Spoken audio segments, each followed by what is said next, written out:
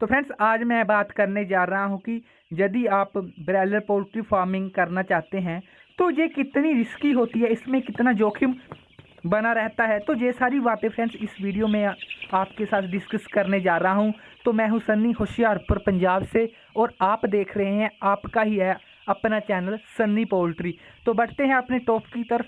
तो फ्रेंड्स यदि आप ब्रॉयलर पोल्ट्री फार्म अपना खोलना चाहते हैं, इसका स्टार्टअप करना चाहते हैं वो ब्रॉयलर पोल्ट्री फार्मिंग का, तो मेरी आपसे यही रिक्वेस्ट है कि आप यदि एक नए फार्मर है, आपके पास ब्रॉयलर पोल्ट्री का इतना एक्सपीरियंस नहीं है, इतना जानकारी इसकी नहीं है, तो आप बिल्कुल 200-300 बर्ड के साथ ही इसकी शुरुआत करें।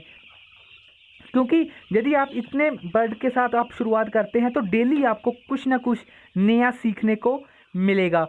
तो आप एक अच्छे धीरे धीरे फार्मर बन जाएंगे। तो फिर आप जो भी चाहते हैं, जितना भी आपने अपना माइंड सेट किया हुआ है, जितना भी आपने टारगेट रखा हुआ कि मैं 5000 बर्ड्स के साथ ये फार्मिंग करना चाहता हूं, तो वो आप फिर अपना टारगेट तक धीरे धीरे पहुंच सकते हैं। तो डायरेक्ट आप 2000 या 5000 बर्ड के साथ आप शुरुआत मत करें, क्योंकि यदि आपके पास एक्सपीरियंस नहीं है पोल्ट्री का, तो कोई कल आपके बैच में कोई प्रॉब्लम आ जाती है, बैक्टीरियल इन्फेक्शन है या फिर कोई वायरल इन्फेक्शन है, तो इससे क्या होगा कि आपका सारा का सारा बैच खराब हो सकता है। और जो आप है जितनी भी आपने अपनी पूंजी लगाई है वो सारी बेकार हो सकती है। और कई फार्मर तो ऐसे हैं कि जो अब तक उन्होंने अपना पोल्ट्री में इतना पैसा लगा दिया कि वो जो है अपने पैरों पर दोबारा खड़ा नहीं हो पाए हैं। तो आप फ्रेंड्स मेरी यही रिक्वेस्ट है कि आप बिल्कुल जो है पहले इस चीज़ को समझ लें कि पोल्ट्री में कैसे बर्ड्स की केयर की जाती है, कैसे उनको जो है मैनेजमेंट अपना रखना होता है। तो उसके बाद ही आप जो है उसको जो है बड़े पद्धर पर करने की सोचें।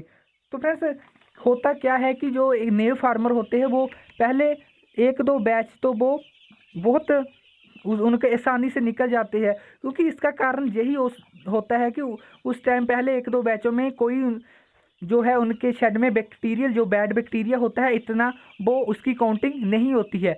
जन कि 2-3 जो बैच के बाद जो है उनके शेड में बैड बैक्टीरियल जो होता है वो बढ़ने लगता है। तो फिर उनको सामना उनका है जो CRD या फिर इकोलाई से होना स्टार्ट हो जाता है। तो फिर उनको पता लगता है कि ये जो पोल्ट्री फार्मिंग क्या क्या होती है। तो फ्रेंड्स मेरी आपसे यही गुजारिश है, 200-300 बर्ड के साथ आप स्टार्टअप करें और धीरे धीरे आप इसकी काउंटिंग को बढ़ाएं। और साथ ही जो भी आपने टारगेट सोचा है, मैं आपकी सोच को सलाम करता हूं कि आप बहुत ज़्यादा बड़े पद्धर पर इसको करना चाहते हैं, लेकिन उस पद्धर तक आपको पहुंचने के लिए बहुत मेहनत करनी पड़ेगी।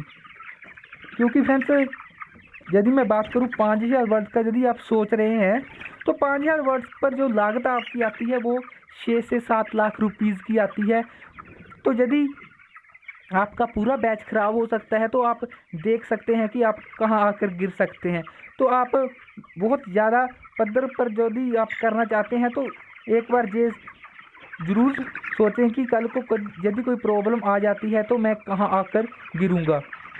तो जहाँ पर फ्रेंड्स मेरा आपको डराने का कोई मकसद नहीं है, डीमोटिवेट करने का भी जहाँ पर मेरा कोई मकसद नहीं है।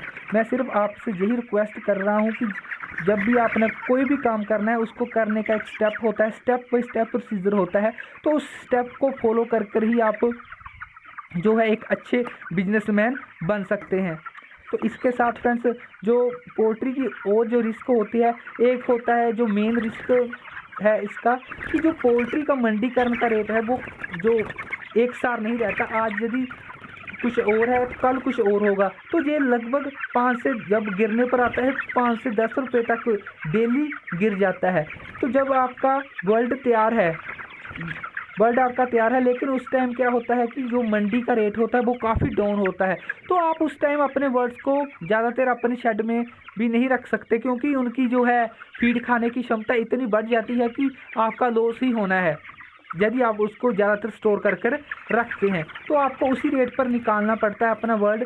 तो वो भी एक कारण हो सकता है कि आपका वो बैच लॉस में चले जाए। तो जैसे कि मैं आपको बताता रहता हूँ कि जो आप एक साल में लगभग 6 से 7 बैच ही निकाल सकते हैं। तो यदि मैं फ्रेंड्स बात करूँ 2018 की, तो 2000 मिड जुलाई से लेकर मिड अक्टूबर तक जो पंजाब का रेट मंडी का रहा था, वो फ्रेंड्स एवरेज रेट वो 58-59 के आसपास था। तो उस टाइम जो है फार्मर्स का काफ़ी लॉस हुआ था। तो मेरा भी जो लॉस हुआ था फ्रेंड्स वो 40 से 50 हज़ार का उस बैच में मेरा हो गया था। तो एक आधा बैच आपका लॉस में भी जाता है। तो ये भी आपको बात जो है माइंड में रखकर ही पोल्ट्री फार्मिंग में आना पड़ता है, क्योंकि ये बिजनेस है। बिजनेस में आपको ये नहीं होता है कि आप एक बैच से कितना कमा रहे हैं। तो इसमें आप एनुअल इनकम को आपको मद्देनज़र रख कर ही काम करना पड़ता है। तो आप एनुअल इनकम देखा करें कि आपको कितनी हो रही है 7 बैच से। तो इसके साथ ही फ्रेंड्स एक जो और इसमें रिस्क की कैटेगरी है कि जब आपके शेड या आपकी जो कंट्री की किसी स्टेट में कोई फ्लू आ जाता है, जैसे कि वर्ल्ड फ्लू है। तो जब वर्ल्ड फ्लू वगैरह आता है, हालांकि फ्रेंड्स इसके जो चांसेस है वो बहुत कम है, बहुत कम। कई सालों के बाद ही ये जो है दिक्कत आपके शेड या आपकी कंट्री में आती है। तो जब भी ये कंट्री में आती है या किसी स्टेट में कंट्री की आती है, तो वो ये उसी स्टेट के फार्मर को सिर्फ प्रभावित नहीं करती, जितने भी उसके आसपास के फार्मर्स होते हैं वो उसी को भी प्रभावित करती है। वो कैसे फ्रेंड्स? क्योंकि एक लोगों के मन में जो है डर बैठ जाता है कि यदि मैं ये चिकन खाऊंगा तो जो हम बीमार हो सकते हैं। तो इसके लिए क्या है कि वो जो आपका पोल्ट्री वर्ल्ड होता है, उनका जो उनकी डिमांड बहुत कम हो जाती है, जिसके कारण कि उनका रेट जो है 40-50 के रुपीज़ के आसपास भी आ सकता है। तो जाहिर सी बात है फ्रेंड्स, आपने 30-40 रुपये का चिक्स डाला है तो आपका जो वर्ल्ड बिक रहा है वो 40-50 रुपये पर केजी बिक रहा है, तो आपका लॉस होना ही होना है। हालांकि ये जो वर्ल्ड फ्लू की मैं बात कर रहा हूँ, ये इतना, इससे आपको घबराने की ज़रूरत नहीं है।